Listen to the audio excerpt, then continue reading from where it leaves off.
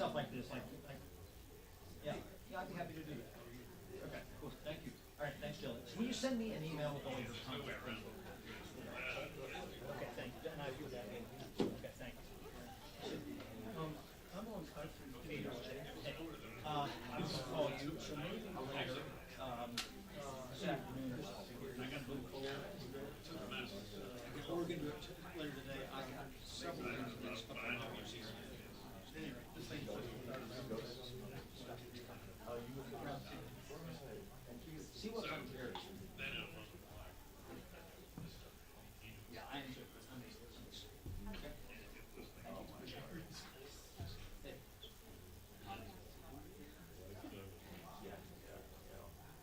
He's going shot. He's the only one.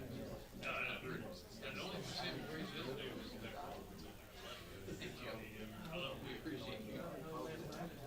Oh yeah, I was in the worst of it. I'm like, God damn it.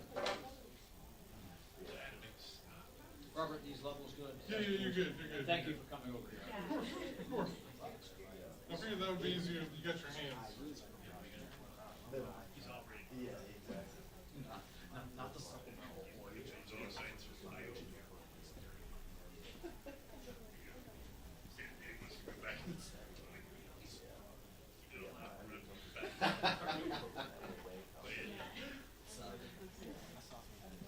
What are you doing? Oh.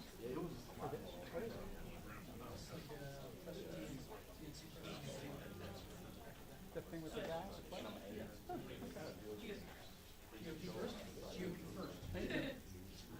It all pays the same. There you go. Yeah, I got to go back upstairs to the place with the guy with the thing. Oh, okay. Yeah.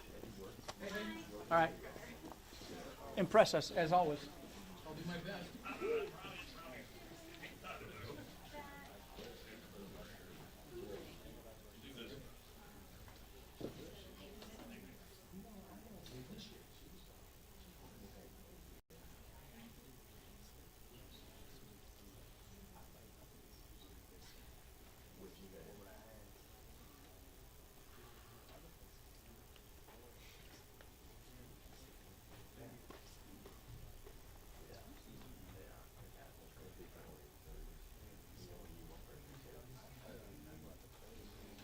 Yeah.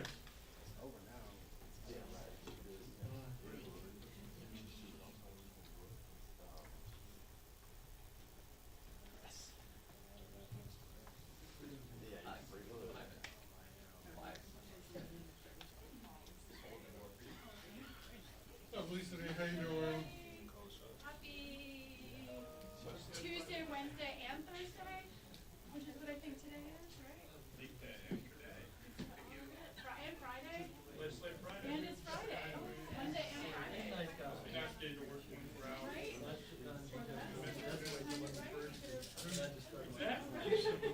You flew in at 5 p.m. and leave at 3. Where's the duck? Actually, I do have a little rubber duck. Meeting to bring in. I can't remember. Well, first I got to remember where it is. How are you? I mean, my God, you double it.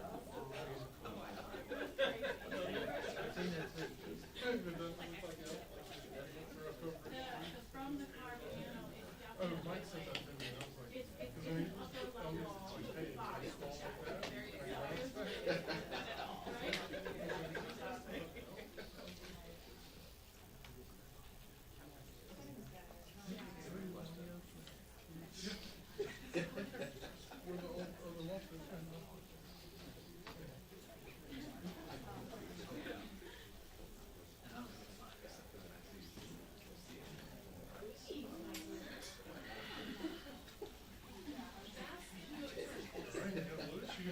feels good.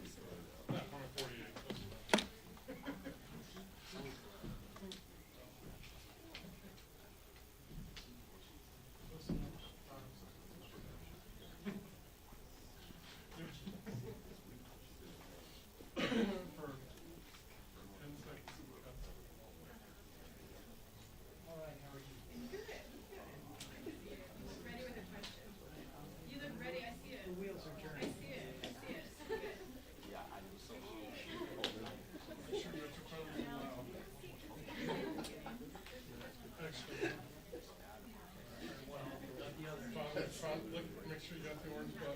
Make sure you got the orange. Everyone needed that.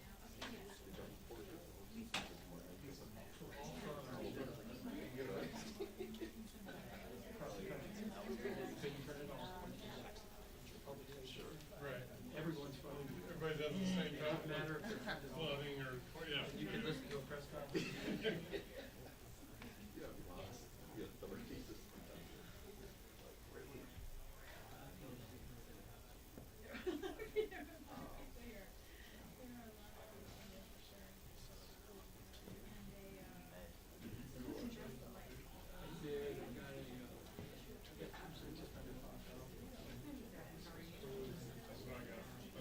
That's what I got next week.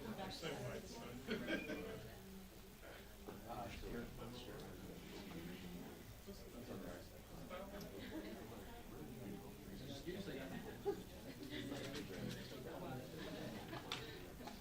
They told me so last time.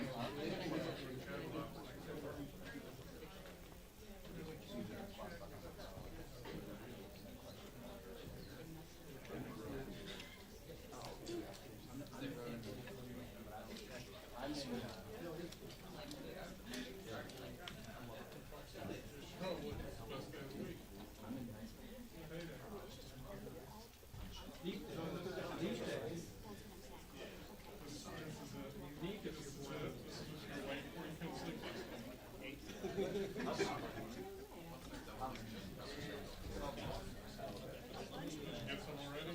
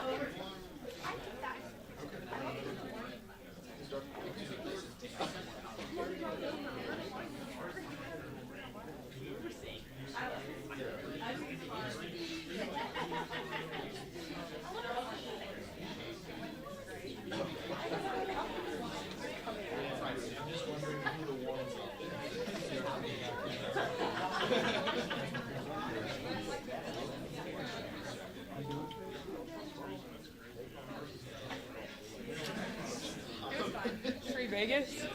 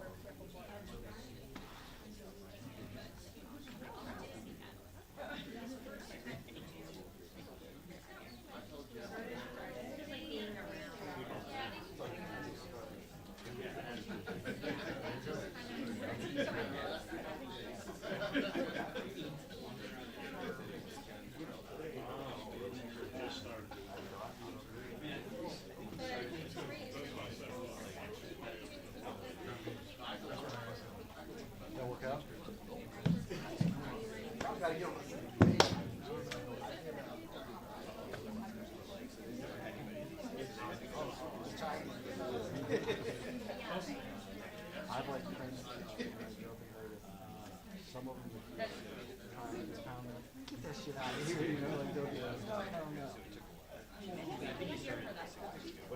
John Parkinson. Right.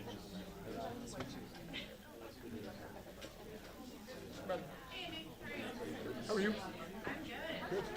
I guess boss is over at Hask today? Yeah, that's what my I saw her peel out early, and I was kind of curious what was going on for the meeting, but she went with a bunch of Hask members, so. Then I checked your advisory, though. I didn't read the advisory last night. I was like, oh, that makes sense. Good. Good to see you. Oh, okay.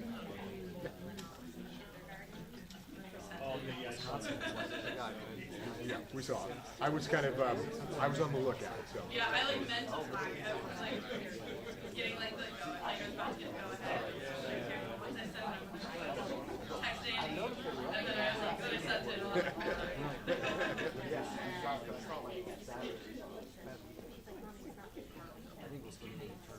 This is actually from the meeting. Thanks to Mr. Van Orden. I haven't tried this yet, so I'm going to take a couple bites. It's the spinach and artichoke from Panera. Is this one good? I like that. Okay, all right. Okay, all right, good. Yeah,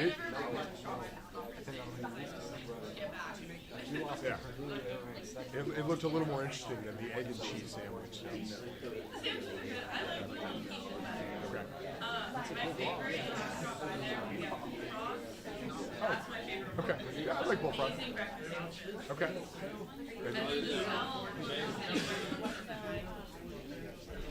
Okay, all right, okay. Did you guys do like an egg and cheese sandwiches or? Yeah, the bagels are pretty good. Bagels are amazing. They have like a different like big cheese. Okay. And a whitefish is good? Okay. Okay. All right. Yeah, definitely. Okay, all right. It was, yeah.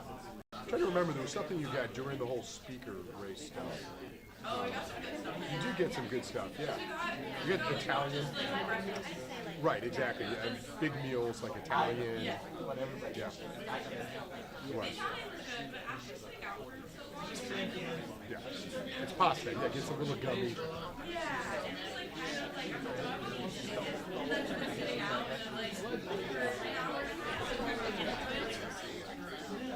Yeah.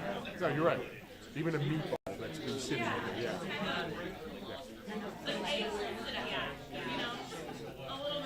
Yeah. Well, plus, kind of smaller quantity as well. So you don't feel like it's as bad, even though it's the same thing just from a food safety standpoint. Also, like, we got one day, I don't know, Jenny. it's just like a Nantucket-based sandwich shop, but they own, like, they have Jetty, Billy's. Oh, Jetties. Yeah. Okay, I heard Jenny's. Okay. Yeah. Okay. Yeah. My favorite thing. Okay. Yeah. I've heard they're good. I've never tried them.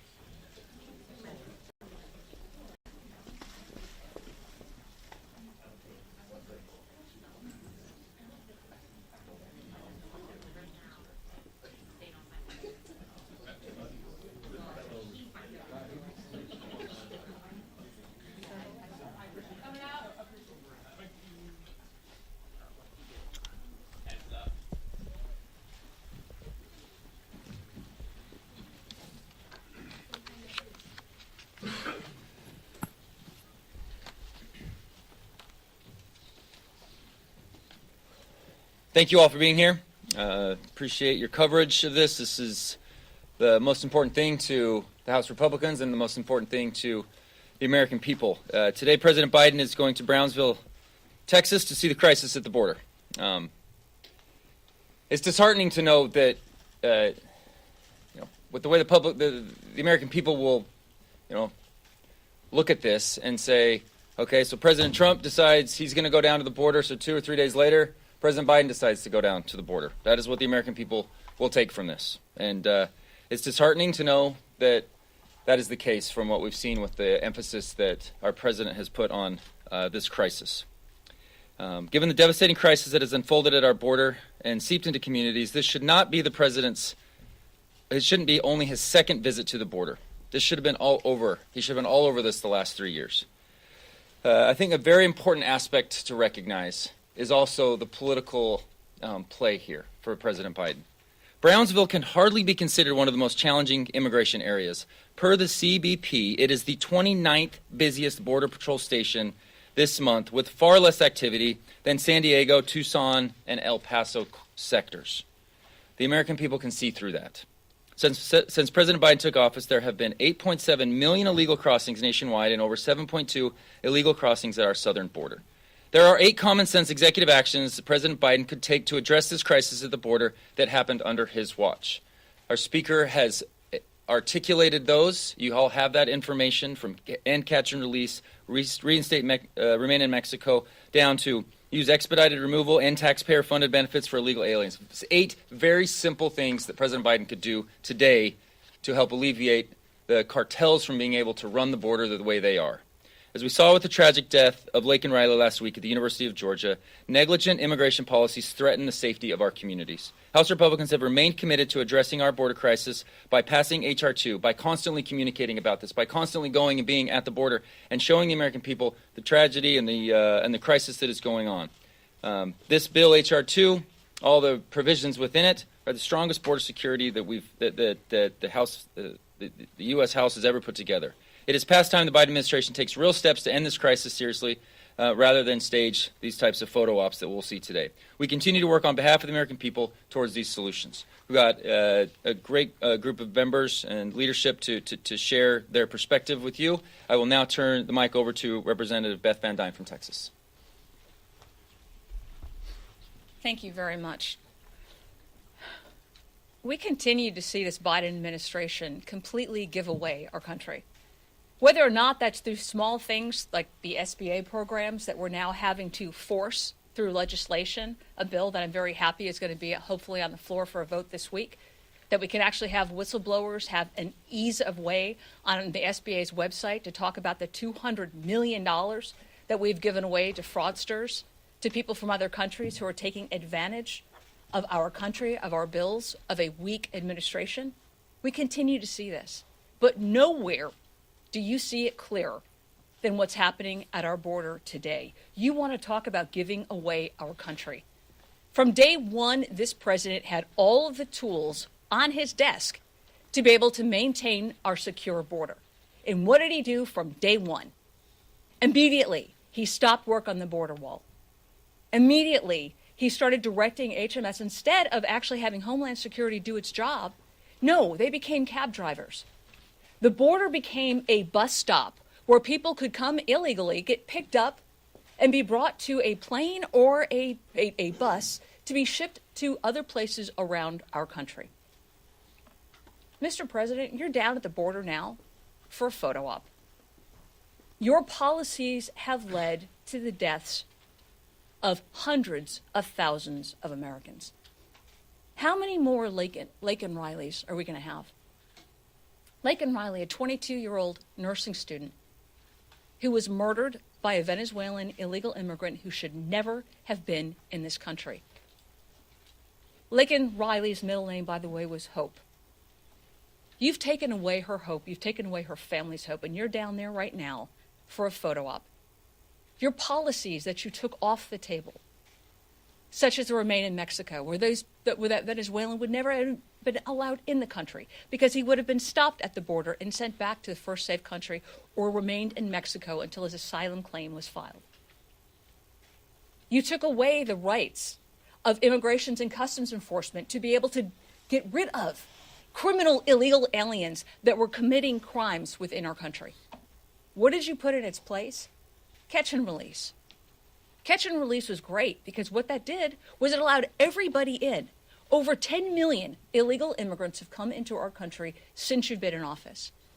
Thousands of pounds of fentanyl have been allowed to enter into our country, killing over 110,000 Americans, 5 Texans each day. You have the power to be able to stop it now. You have the ability, the policies that were there when you got into office to be able to stop this problem, and you haven't done it. Instead, you are down on our border for a photo op. Mr. President, how many more daughters, how many more sons, how many more children, how many more of us will you have to kill before you will take this seriously? Unless you are willing to get down on the border and tell Laken Riley's family, I am sorry, this is my responsibility, and I'm going to fix it now. You have no business being president. Our country deserves better. And hopefully in November, we will get it. Thank you. Thank you, Beth. Today, as Representative Van Duyne just reminded us, President Biden is heading to the border for what I am confident will be another cleaned up photo op. While Joe Biden is busy making empty promises at our border, the rest of the country is being forced to deal with the consequences of his neglect. At this point, we all know the numbers.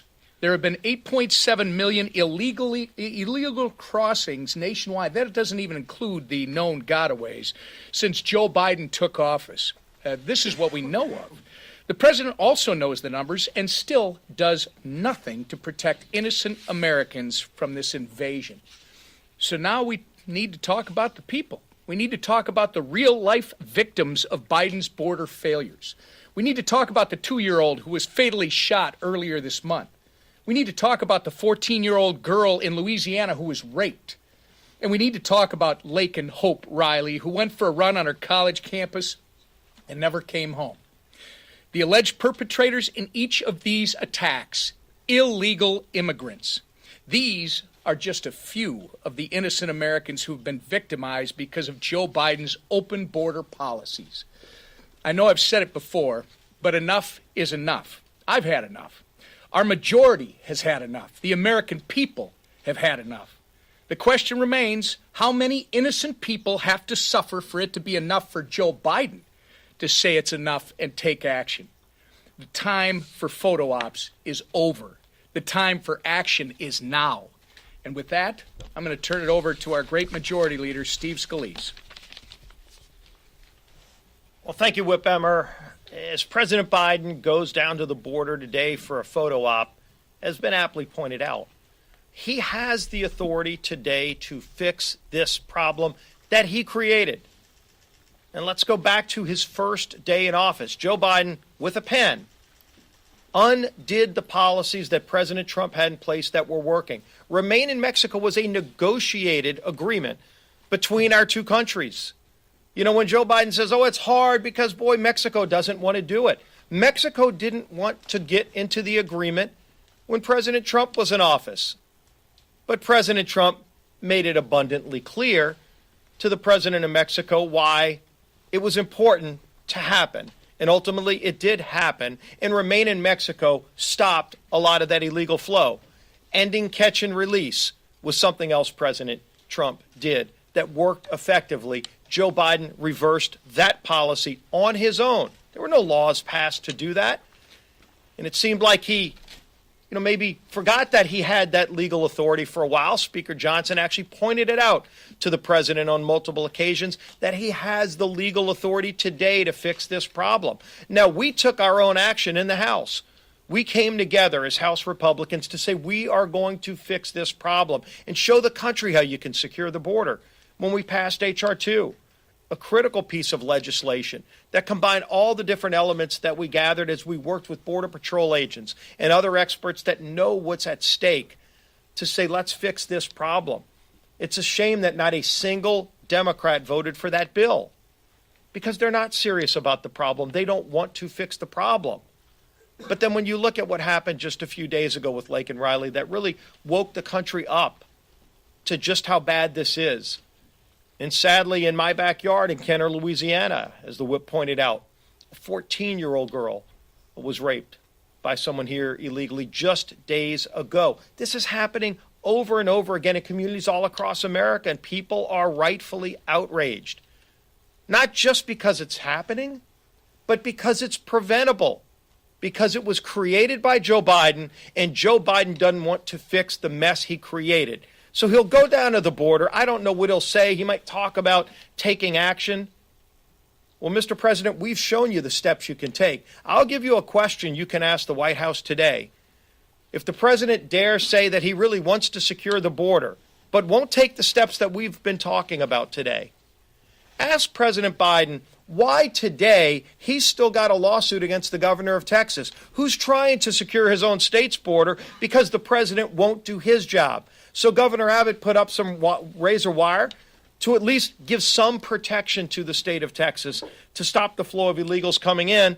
And you would think Joe Biden would applaud him and say, hey, you know, I know the president's not doing his job, but thank you for at least doing something. No, President Biden is in court today trying to force Governor Abbott to take that barrier down so that more illegals can come in. So clearly Joe Biden wants more illegals to come into this country. So whatever he says at the border today, he should be asked, Mr. President, are you going to drop your lawsuit against the state of Texas so that they can at least protect their border if you won't take the necessary actions to do it?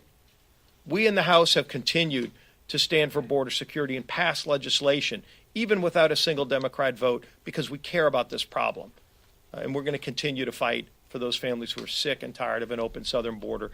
And the man at the front of that fight has been our speaker every step of the way, leading that charge, Mike Johnson.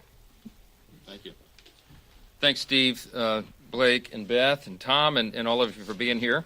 It's another busy week on Capitol Hill. There's a lot going on. Let me give you a couple updates.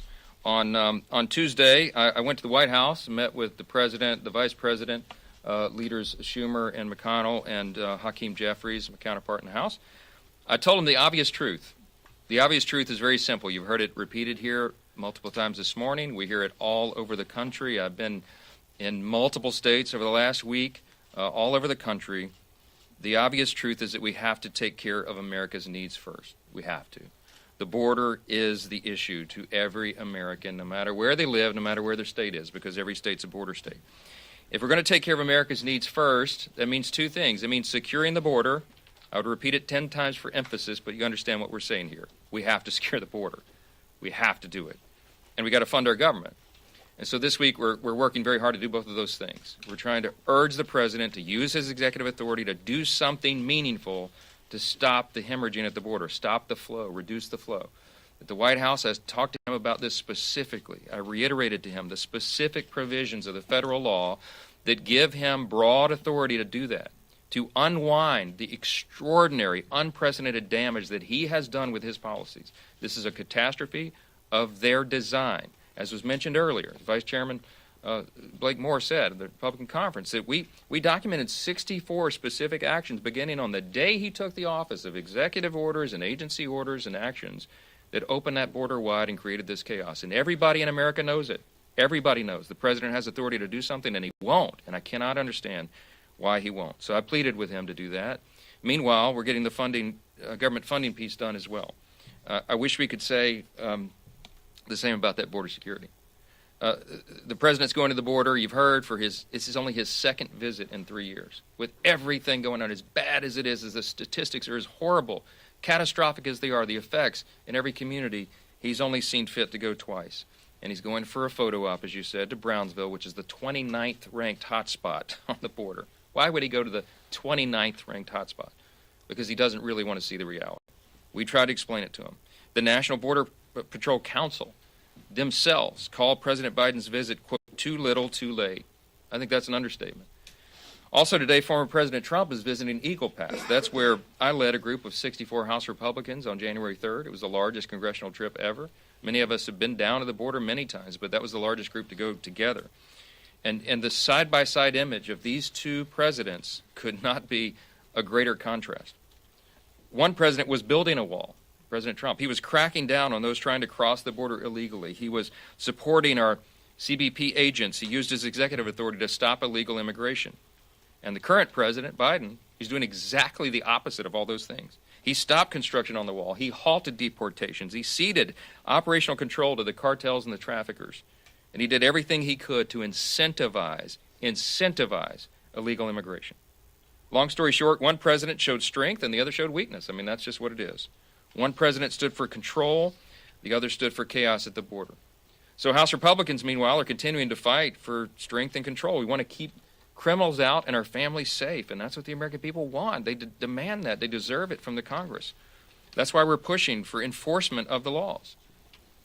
Last week, Laken Riley, of course, we all know, the UGA nursing student, tragically killed by an illegal immigrant from Venezuela, came across that border, released to New York under asylum laws. He committed multiple crimes. He wasn't deported, and he went on to take Laken's life brutally. That story is being repeated across the country, communities all across the country, and it sadly, tragically, unnecessarily will continue, we fear. Multiple other vulnerable Americans have been victimized just in the last week by illegal immigrants, many of them minors. And don't forget, every week, 22 kids per week die from drug overdoses. The overwhelming majority of those are from fentanyl poisoning. Fentanyl, as we all know, we repeat here almost weekly, is the leading cause of death for Americans age 18 to 49. Some say those are just anecdotes. I say it's the result, the completely foreseeable result, of Biden's open borders and catch and release policy. It has to end. As I told President Biden during our meeting on Tuesday, he needs to take executive action right now. He needed to take it yesterday and the day before. He needs to secure that border and protect our communities because lives are being lost and we cannot wait. And with that, we'll open up for a few questions. Chad. Good morning. Thank you. You've talked a lot about just how small your majority is, especially as you try to get an agreement on the spending bill here. But you have consistently stuck to your guns on H.R. 2. Are you being too strident when it comes to H.R. 2 when there are other border security measures which could be passed, such as the Fitzpatrick bill or something else, that might make a difference? Are you being too strident with sticking to H.R. 2 with this small majority? It's a really important question, and I'll say this again. It doesn't matter to me what you call the legislation. H.R. 2 was the measure that we passed, 11 months ago, right? It's the components of H.R. 2 that matter. If the president, for example, announces today, which we don't expect, that he'll take some sort of executive action, and he says, hey, I'm going to do a little bit on the asylum reform, that is not going to solve the problem. The reason the components of H.R. 2 are so important is because they're like interlocking pieces. You need multiple pieces of this or you will not stop the flow. I remind you again, when we were down at Eagle Pass on January 3rd, 64 Republicans, House Republicans, we had leaders, 30-plus year veterans of Border Patrol, of the agency, and they told us they're being asked to administer an open fire hydrant. They don't need more buckets. They need to reduce the flow. How do you reduce the flow? Well, Chad, the answer is simple. You reinstate Remain in Mexico. That alone would reduce the flow by 70%. That's their estimate. I told the president that at the White House again. He acted as though he had never heard that, didn't understand it, said he couldn't do it. I said, that's not true. Well, Mexico doesn't want that. Mr. President, we're the United States. Mexico will do what we say, okay? President Trump did it. Why can't you do it? Remain in Mexico, then you end catch and release. The reason we have violent criminals, who we know are violent criminals, free-ranging around the country and committing these atrocities is because they have been released. They have been turned loose into the country. This is happening every single day. So you end catch and release. You do need reforms to asylum and the parole process, and you need to build some wall, right? You can pick and choose among the menu, but if you don't have key components, you're not going to solve the problem. We don't need photo ops, and we don't need political talking points. We need to solve the problem. We need to stop the flow. And that's why we're so insistent and doggedly determined to get those provisions through. We're looking at all options, every option, and we're going to continue to press this and work on it every single day. As I said, I'm not wed to H.R. 2. It's the components that are going to fix it. That is the problem. Wait, hang on. I need to go to the back. I never go to the back. Middle, back here. Yes, sir. Okay. How do you respond to criticism from some of your members saying that they've been left in the dark and haven't been seeing a transparent process when it comes to government funding? Yeah, so look, the appropriations process is ugly. Democracy is ugly. This is the way it works every year, always has, except that we've instituted some new innovations. We broke the omnibus fever, right? That's how Washington has been run for years. We're trying to turn the aircraft carrier back to real budgeting and spending reform. This was an important thing, to break it up into smaller pieces. We've been working on separate individual appropriations bills, 12 appropriations bills. Our appropriations committee and the Cardinals, who are, as you know, the chairs of the subcommittees of appropriations, have had hands on the wheel. All the members and staff have been working around the clock. They have been for weeks to get this done. And we were able to have that innovation to break it up. So what we're doing is, by having the laddered CR approach, and the laddered approach is that you have separate tranches of bills instead of one big omnibus that nobody can read or understand or have a process in. This has been a long, deliberate process. The House, as you know, passed 80% of our bills through the House. 80% of federal funding came through the House. The Senate passed 3 bills, right? The House did our work. Most of them made their way all the way through committee, the other remaining 4 bills.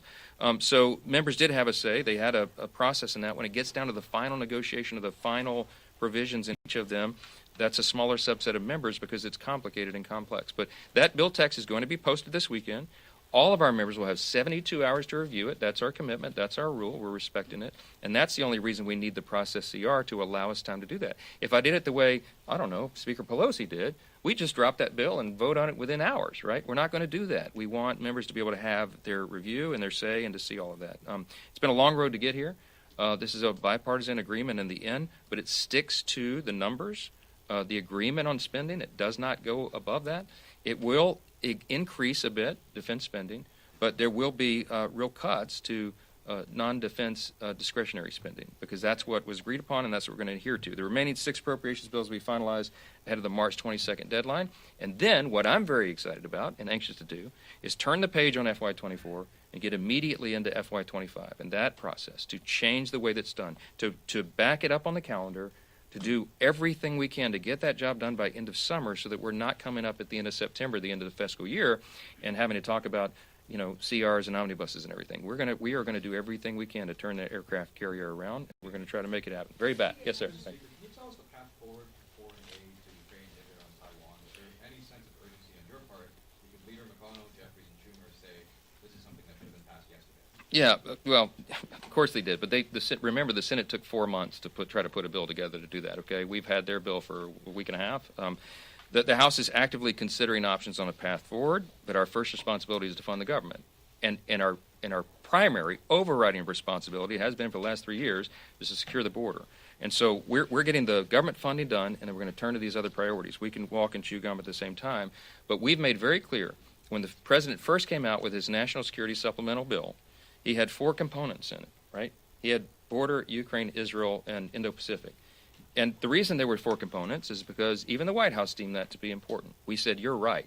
But among those things, if we're going to fix everything around the world, we got to fix America first. We got to focus on America's security. And I don't think there's an American out there who disagrees with that. It is inexcusable. The president has not taken action on the border, and we're going to continue to insist on that every single day.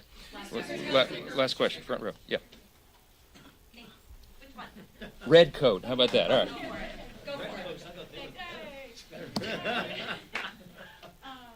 Happy Thursday/Friday. There are obviously many critical issues to American life that you all are debating and discussing. On IVF, do you favor a bill to protect IVF, and do you believe discarding embryos is murder? Look, I believe in the sanctity of every human life, always have. And because of that, I support IVF and its availability.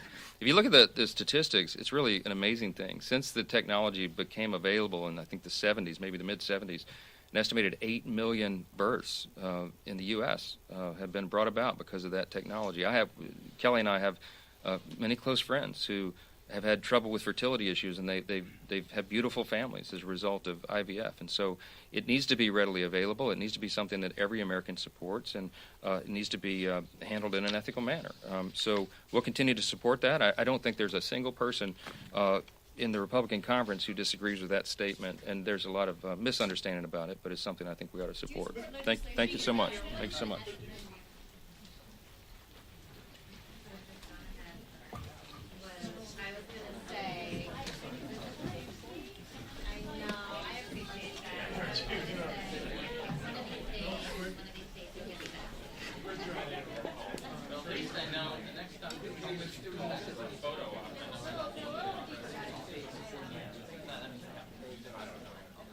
Oh, you did.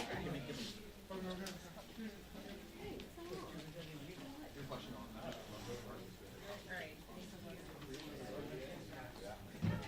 got a difficult week covering them here for one day? Man. The worst of all, of course, was the photo op.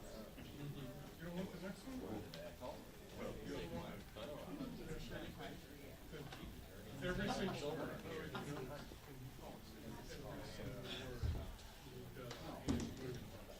No matter what he says,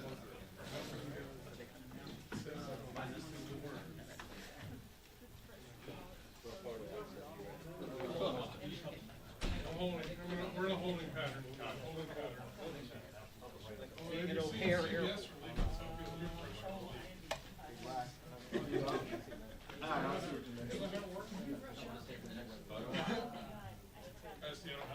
I'll rush over here. I'll tell you one thing. That vent. It was sort of My like tripod is like, my tripod is literally frozen. It is literally frozen. Where's it at? The TV?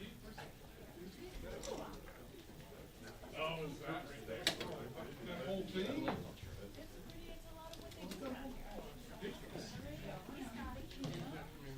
My tripod is literally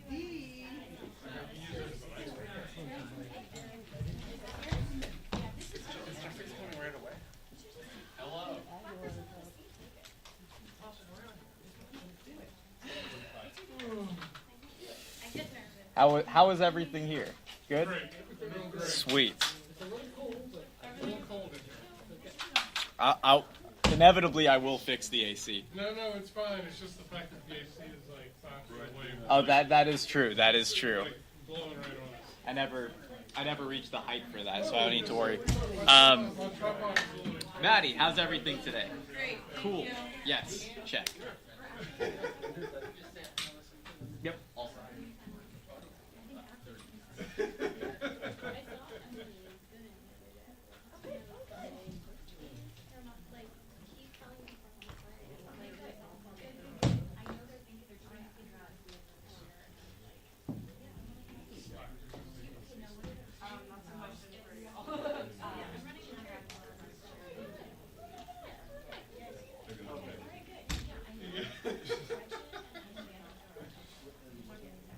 You know, you're right, especially if it's so windy.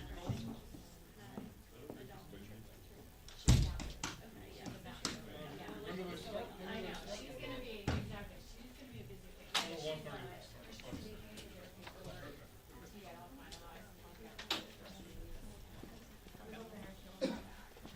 Oh, microphone's hot. Okay, just letting you know. Say again? I called them. Yeah, We're staying.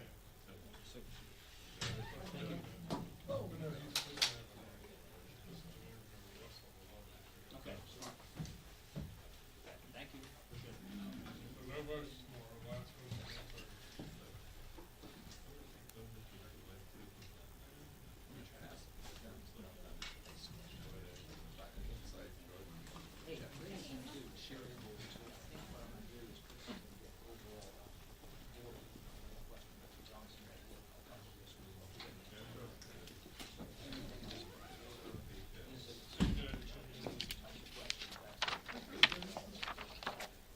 Everybody's not clicking.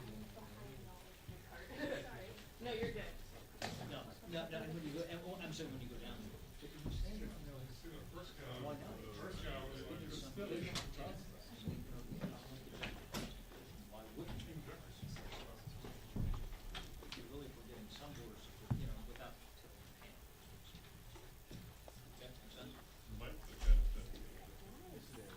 Yeah, okay.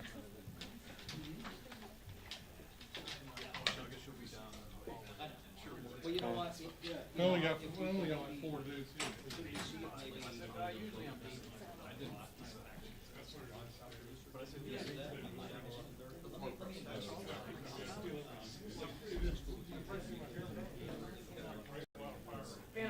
Yeah, he's on the move. Like a taller gentleman, white beard. No, the guy. Capital? No, I know who you're talking Oh, okay. I don't, he. 130 votes, get out there, boys, Oh, okay. get out there. It was somebody, I was in the elevator. Bring them some cats. But. They would have loved to grab handouts. I'm sure it was. That's why Miss Lisa was saying it was Thursday, Friday, because they're voting and rolling. Right? He didn't really appreciate it. You're gonna be starving for. Interview Mr. Haggerty. I like to eat all the leftovers. 11:30 on a Thursday. And He was like, have a good weekend. so I'm always just like, I'm not gonna. No. 11:30 Thursday, my weekend. So my crazy ass would be stashing me. I'm sure the. This ain't gonna last a couple of afternoon and tomorrow. Or Some things we tend to leave it over, so anything we don't eat right away, 11:30 on Thursday. if it's like will last, we'll like leave it for us the next day. If not, we'll take it to police. See y'all later, have a great day. Sound check. 1, 2, 3. 1, 2, 3. Sound check. How are we looking? Everyone good? Okay. Everybody's getting practice down here today. Kim's the only one that hasn't been down here.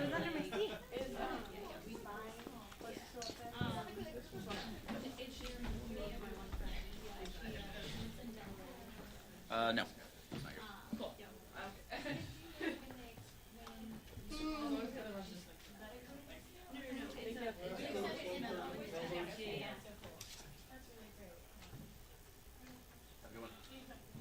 So what's next week?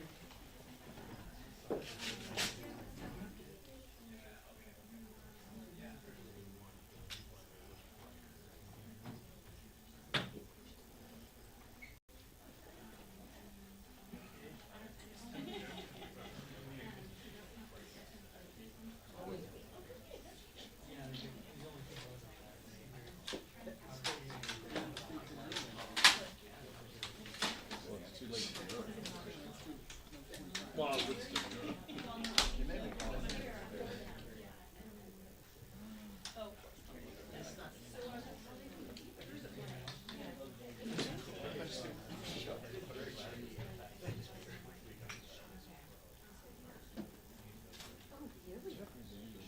They get held up.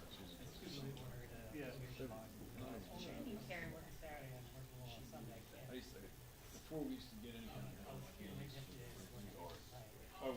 before, let's say, we get our state one thing, we get the rest of the state, I'm saying.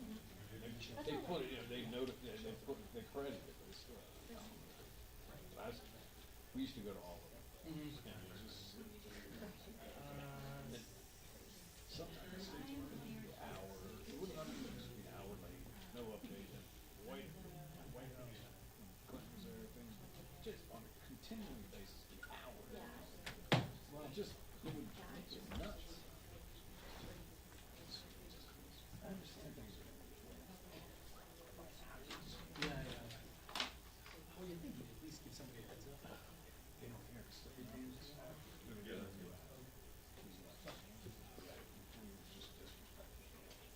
Not the press, but just the institution. Because we don't need, we knew we had stuff coming up, and we just were talking to Brandon, we talked about unstructured, not boring stuff. Brent Jr. Said it was one, because I asked him what he would write at the end of the press. I think he said that. They're gonna be sad if he has heard, but they're going to keep asking. It must have been a crazy time to do that. Yeah, and that was crazy. Yeah, but they were, Larry, down, he sold stuff, he would always sell like White House passes. He gave t-shirts of a melting clock, like $700 melting clock. Because it was all, you'd hear the announcement, the president is running. And so he made sure that a melting clock. He sold hundreds of them. That's funny. Larry, Down. He was, he's retired now. He was Reuters. He was just one of those guys that did this for a while. He was, if you were, and while you're waiting for all these things to start to, they were there, and everyone was okay. It was the same. He's just doing it just to be a. Yeah, you do it to the point where you.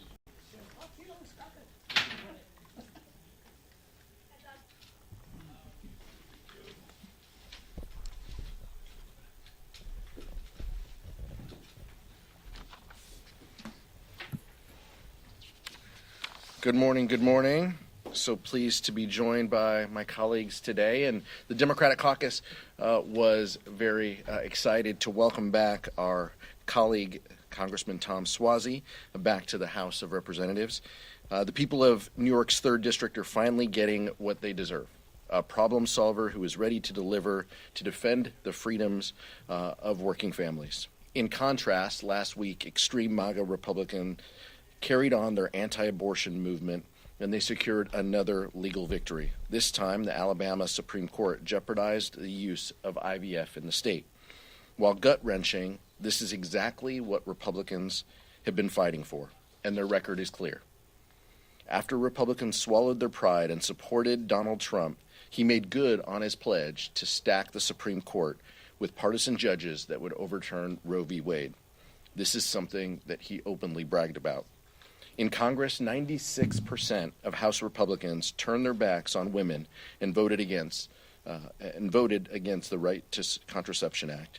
147 Republicans signed the amicus brief asking the Supreme Court to ban mifepristone.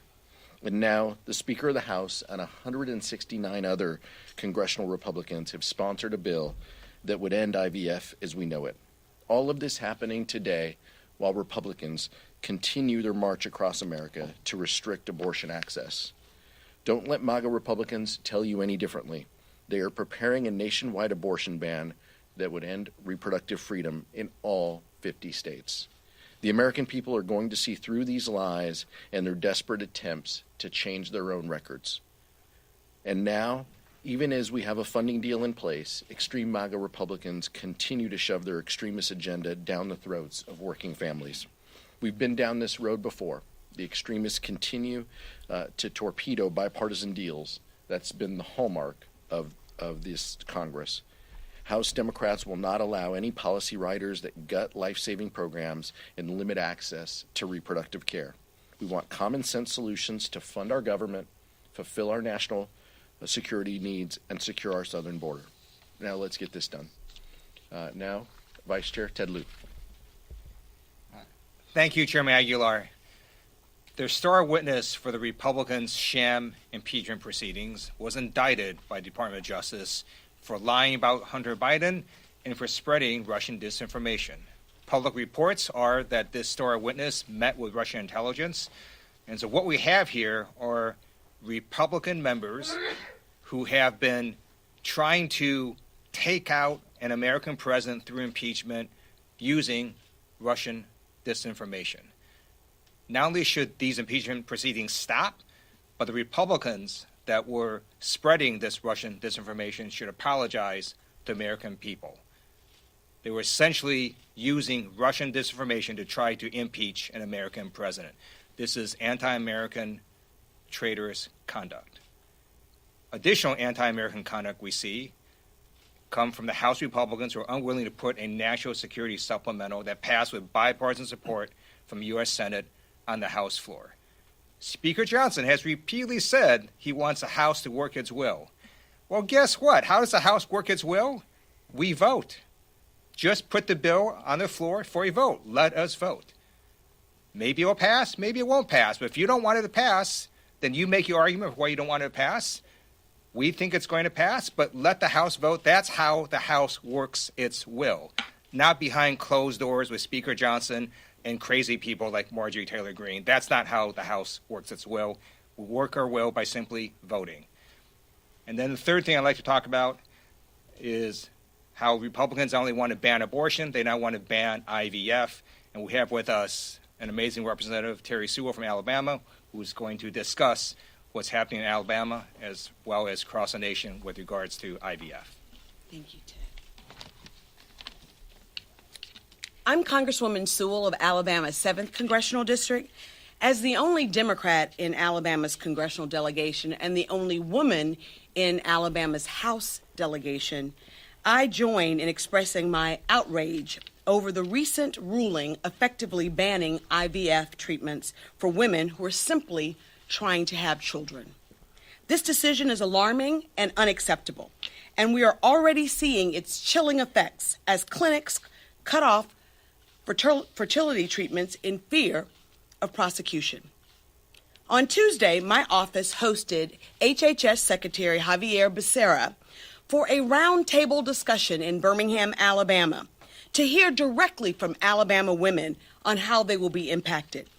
Many of them have spent years desperately trying to have children. Some have devoted their life savings to fertility treatment, only to have their hopes and dreams ripped away by Republican judges on the Alabama Supreme Court. Patients undergoing IVF already face significant emotional, physical, and financial challenges, and this decision will only add to their fears and anxieties. Now, let me be clear.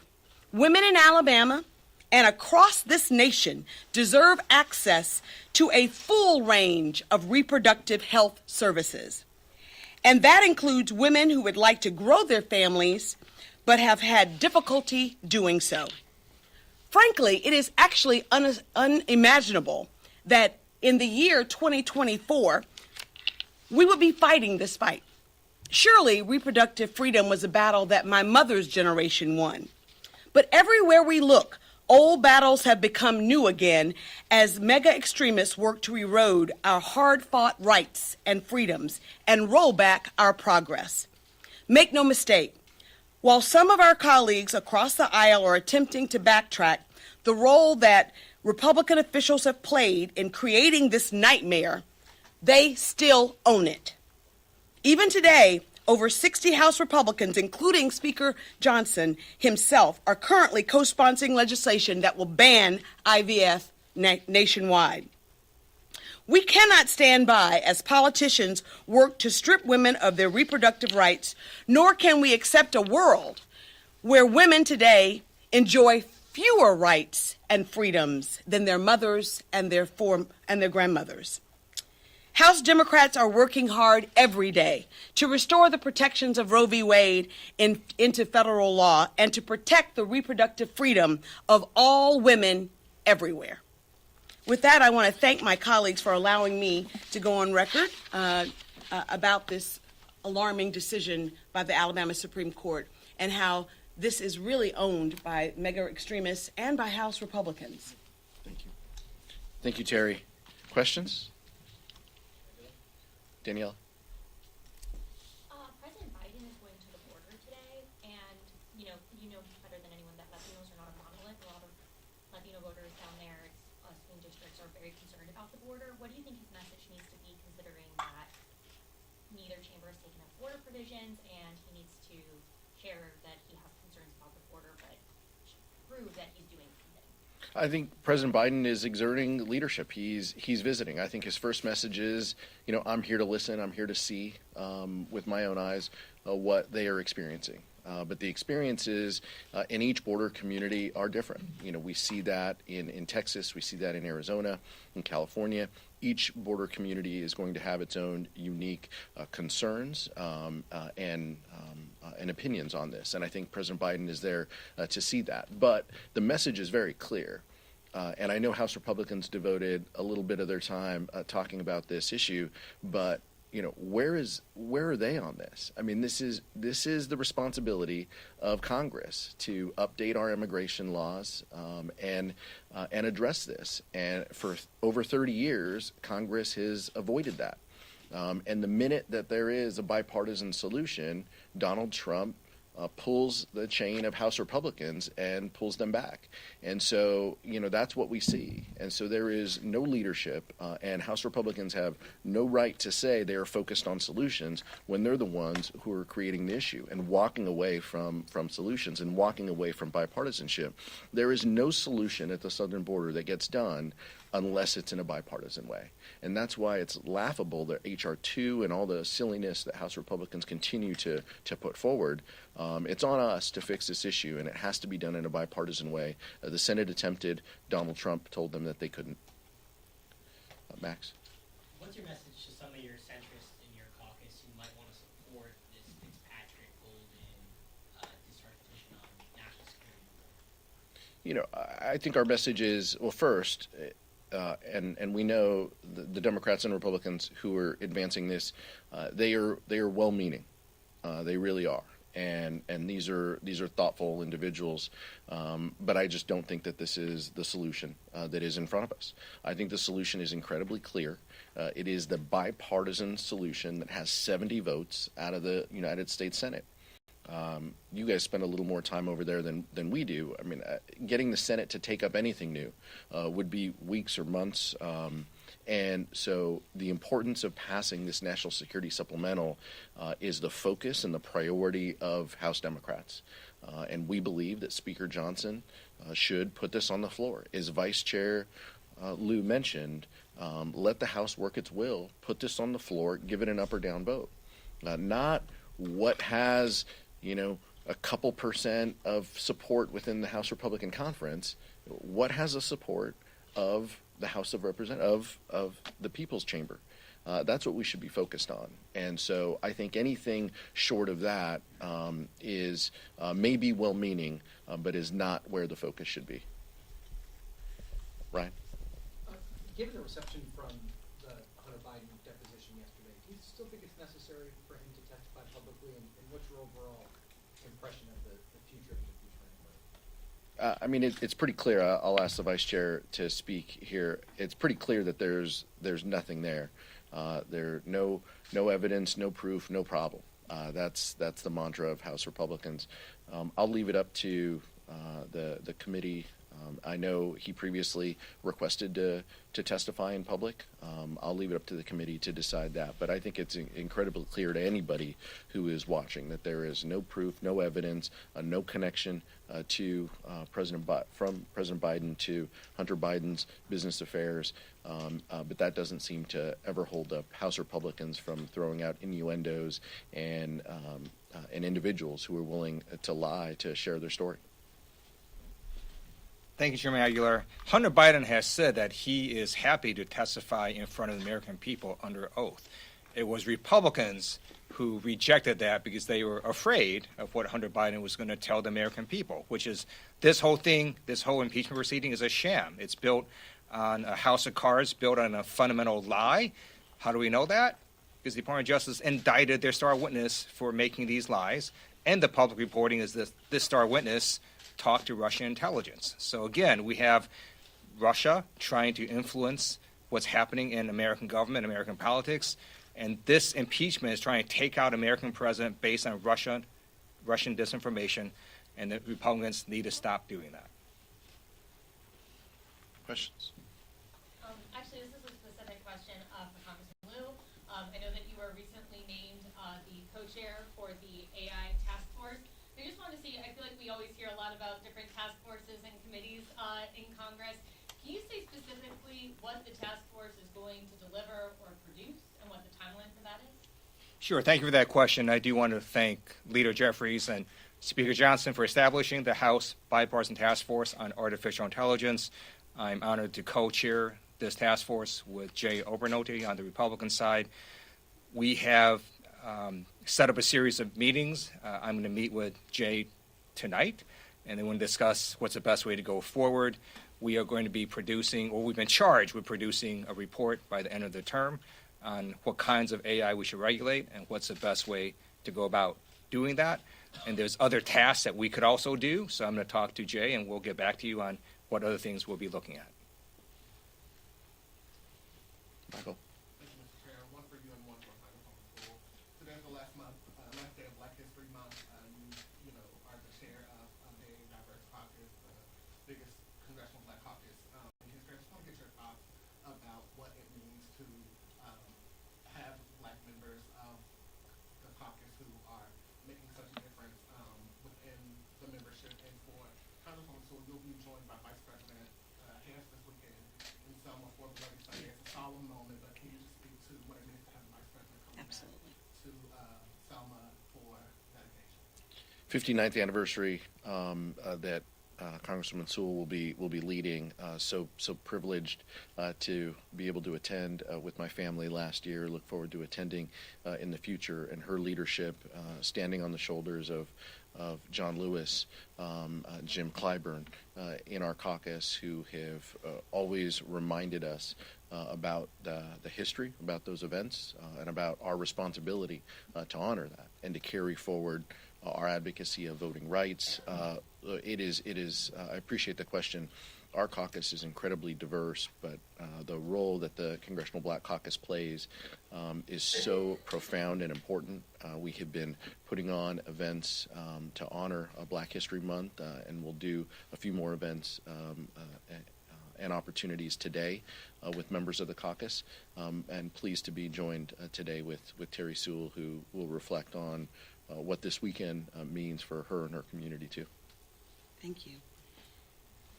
Well, you know, growing up in Selma, Alabama, literally a stone's throw away from the Edmund Pettus Bridge, I have a deep, abiding understanding of how ordinary Americans can bring about extraordinary social change.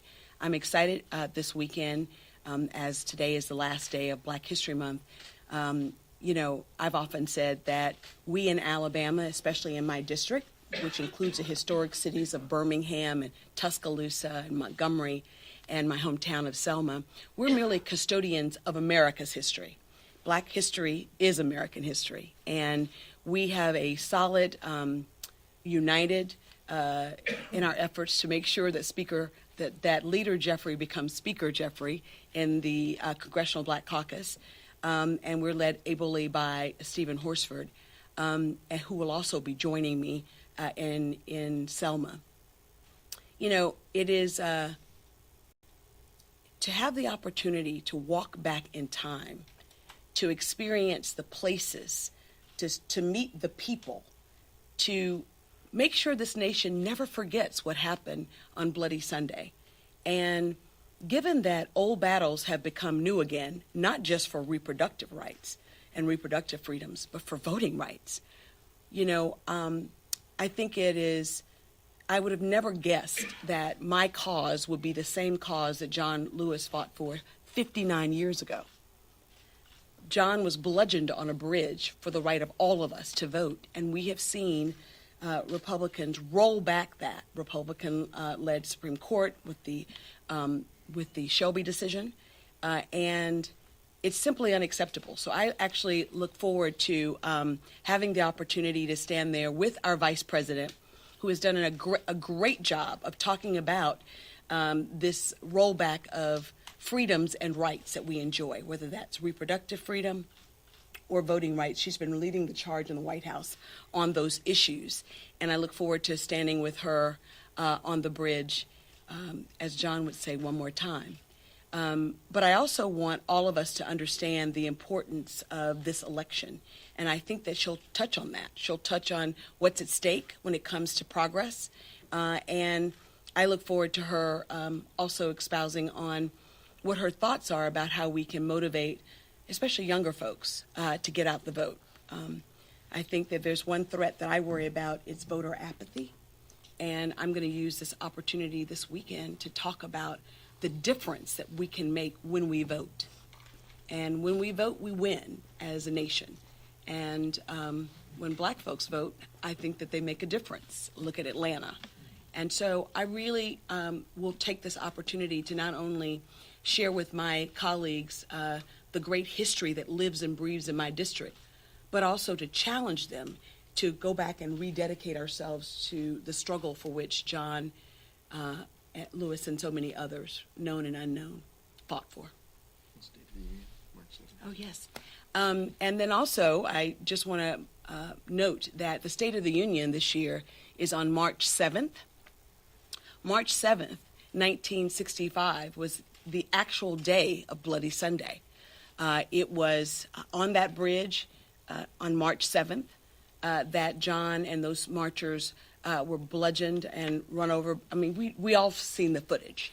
And I think, I'm sure there was no intention on my Republican colleagues in choosing that date, but we're going to seize the opportunity of having the State of the Union be on that anniversary date by welcoming some of the foot soldiers who will remind all of us that we have a role to play in making sure that this country lives up to its highest ideals of equality and democracy.